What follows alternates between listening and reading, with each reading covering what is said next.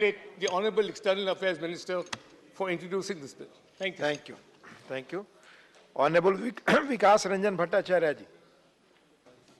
Thank you, Chairman, sir. This bill is really the obligation of Indian government to be a part of the global participant in the maritime business. It's welcome. If it is an outcome of international convention, universal human rights is more prominent and we live in human rights regime, then how could this definition of stateless person be there?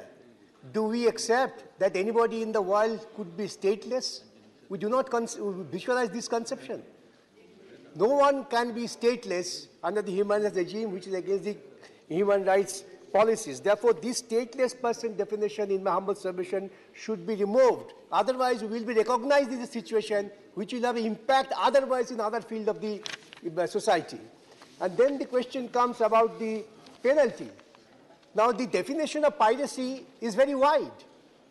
Now, I am not going to waste time reading this, but what is the offense?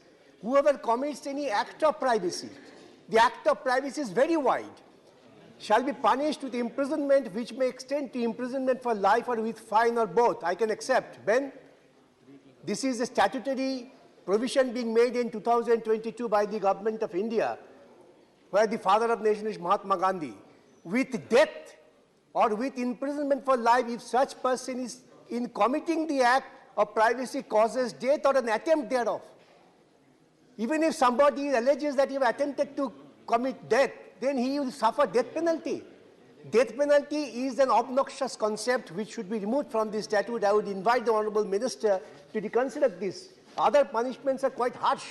That can be definitely inflicted upon the person who has committed an offence.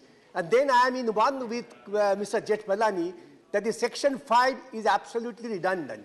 It should be removed from this. Otherwise, it will contradict Section 3 and Section 4 both.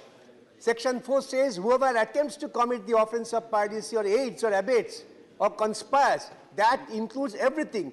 Now, whoever participates, if somebody abates and commits an offence, he is a participant, then the Section 5 is absolutely unnecessarily given in the statute book. It does not reflect the wisdom, proper wisdom. It should be removed. And the third one, which has also been discussed, that this will be referred to the designated courts. Our courts are already heavily burdened. They cannot even discharge their regular function. Every day we are shouting of the arrear of cases.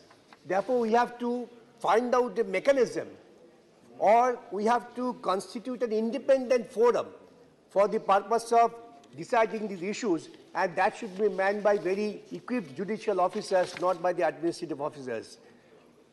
Why I am saying so? Because the presumption which they have said is dangerous.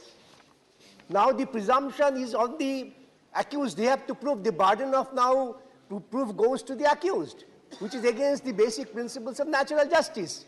The Supreme Court in many a judgment, many a cases says that this shifting of presumption of the accused is not healthy and against the principle of natural justice.